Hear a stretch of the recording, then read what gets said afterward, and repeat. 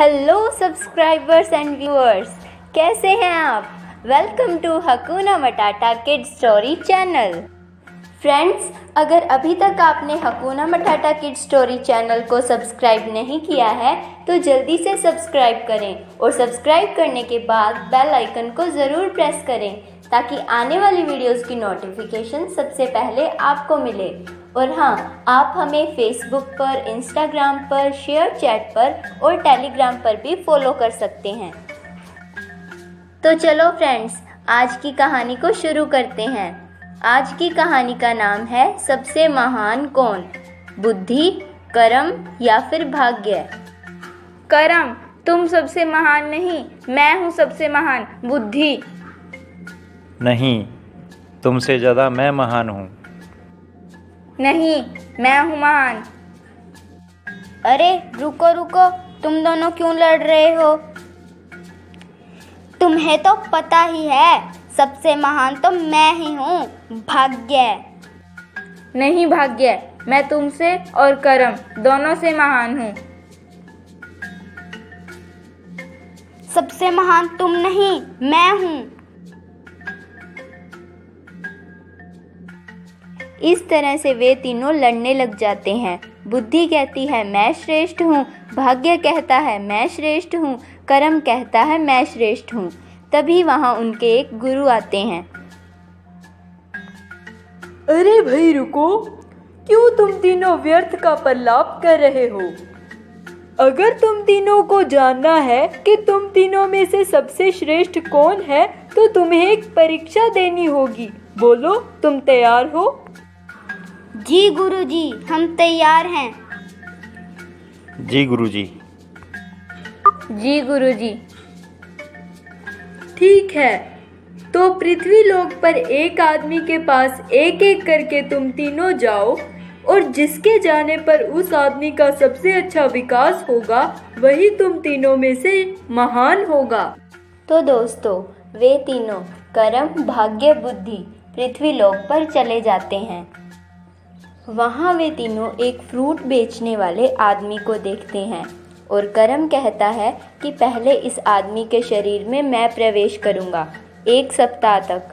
तो वह कर्म उस आदमी के शरीर में प्रवेश कर जाता है। दोस्तों, वो फल बेचने वाले आदमी के पास एक बड़ी सी टोकरी होती है जिसमें वो रोज फल इकट्ठे करके डालता है। लेकिन आज कर्म के होने के कारण वो और भी ज़्यादा फल तोड़ लेता है और टोकरी बहुत ऊपर तक भर देता है, लेकिन उससे टोकरी उठाई नहीं जाती। तो जो ऊपर वाले एक्स्ट्रा फल होते हैं वो नीचे गिर जाते हैं और वो उतने ही फल बेच पाता है जितने की रोज बेचता है। ऐसा 1 हफ्ते तक चलता रहता है। वो फल बेचने वाला आदमी टोकरी भर तो लेता है लेकिन उससे उठाई नहीं जाती। तो फिर वैसा ही होता है, जो एक्स्ट्रा फल होते हैं वो नीचे गिर जाते हैं। तो इस तरह से 1 हफ्ता ऐसा चलता ही रहता है और उस आदमी का कोई विकास नहीं हो पाता। वो जितने फल बेचता था उतने ही बेच पाता है और फिर कर्म मुंह लटकाकर वापस चला जाता है। और अब बारी आती है भाग्य की। आज मेरी बारी है और तुम लोगों को पता चल जाएगा कि मैं ही महान हूँ। फिर भाग्य जाता है और उसी फल बेचने वाले आदमी के शरीर में प्रवेश कर जाता है।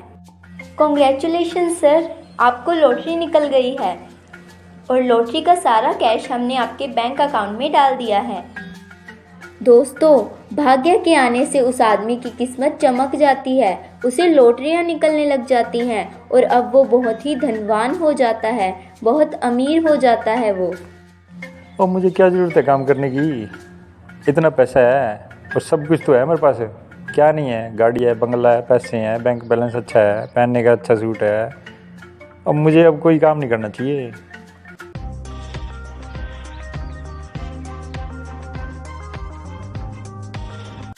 लेकिन दोस्तों, इतना पैसा आने की वजह से वो फल बेचने वाला आदमी आलसी हो जाता है। वो कुछ नहीं करता, सारा दिन बस टीवी देख लिया, सिनेमा घूम लिया, सारा दिन पैसे वेस्ट करता रहता है और फिर उसकी हालत वैसी ही हो जाती है जैसे कि पहले थी। और फिर भाग्य भी अपना मुंह लटकाकर वापस चला जाता है। और अब बारी आती है बुद्धि की।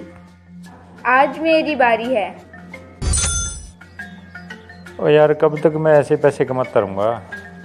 और जब पैसे थे तब मैंने उड़ा दिए, काम किया नहीं।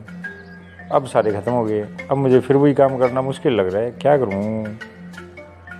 आइडिया, इस काम को ही बढ़ा देते हैं। क्यों ना इसी को बड़े लेवल पे किया जाए, तो अच्छे पैसे बन जाएंगे।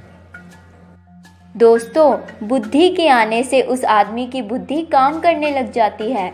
अब वो सोचता है कि क्यों ना मैं अपने इस छोटे से बिजनेस को बड़े लेवल पर लेके जाऊं। तो वो क्या करता है, एक हफ्ते में बहुत सारे फ्रूट्स इकट्ठे कर लेता है और एक बहुत अच्छी सी जगह किराए पर लेता है और वहाँ अपने फ्रूट्स को रखता है। और वो देखकर लोग बहुत आकर्षित होते हैं और उसकी दुकान पर आने लगते हैं और धीरे धीरे वो पैसा कमा लेता है और वो बहुत बड़ा सा होटल चलाने लग जाता है। वाह सर, आपका होटल तो बहुत ही अच्छा है।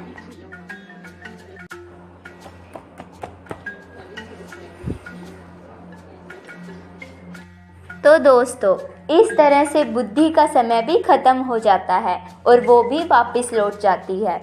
और अब वो अपने गुरु को बुलाते हैं और गुरु आज उनको बताएंगे कि उन तीनों में से सबसे महान कौन है। मैं आशा करता हूँ कि अब तो मुझे कुछ बताने की ज़रूरत ही नहीं है। सबको पता चल ही गया है कि तुम तीनों में से महान कौन है। सबसे महान है बुद्धि। बुद्धि के बिना कुछ भी संभव नहीं है। कर्म भी बुद्धि के बिना अधूरा है और भाग्य भी बुद्धि के बिना अधूरा है। अगर हम बुद्धि से काम ना लें तो ना ही सही कर्म कर पाते हैं और ना हमारा भाग्य साथ देता है। तो इसीलिए सबसे महान है बुद्धि, जिसने उस आदमी का सबसे अधिक विकास किया। धन्यवाद गुरुजी। देख लिया कर्म और भाग्य, मैं ही सबसे महान हूँ। तो देखा फ्रेंड्स, सबसे महान है बुद्धि। इसीलिए हमें हमेशा बुद्धि से काम लेना चाहिए। तो फ्रेंड्स, आपने कहानी देख ली है, तो आपको इस कहानी में सबसे अच्छा क्या लगा, हमें कमेंट करके ज़रूर बताएं। और हाँ फ्रेंड्स, आपने तो कहानी देख ली, अब अपने फ्रेंड्स को भी शेयर कर दीजिए ताकि वो भी कहानी देख लें और एंजॉय करें। और फ्रेंड्स, ऐसी ही हॉरर, फनी, मज़ेदार स्टोरीज़ देखने के लिए हमारे चैनल को सब्सक्राइब करें। और हाँ, सब्सक्राइब करने के बाद बेल आइकन को ज़रूर प्रेस करें ताकि आने वाली वीडियोस की नोटिफिकेशन सबसे पहले आपको मिले। तो बाय व्यूअर्स, मिलते हैं नेक्स्ट वीडियो में। Keep watching हकुना मटाटा kids story channel.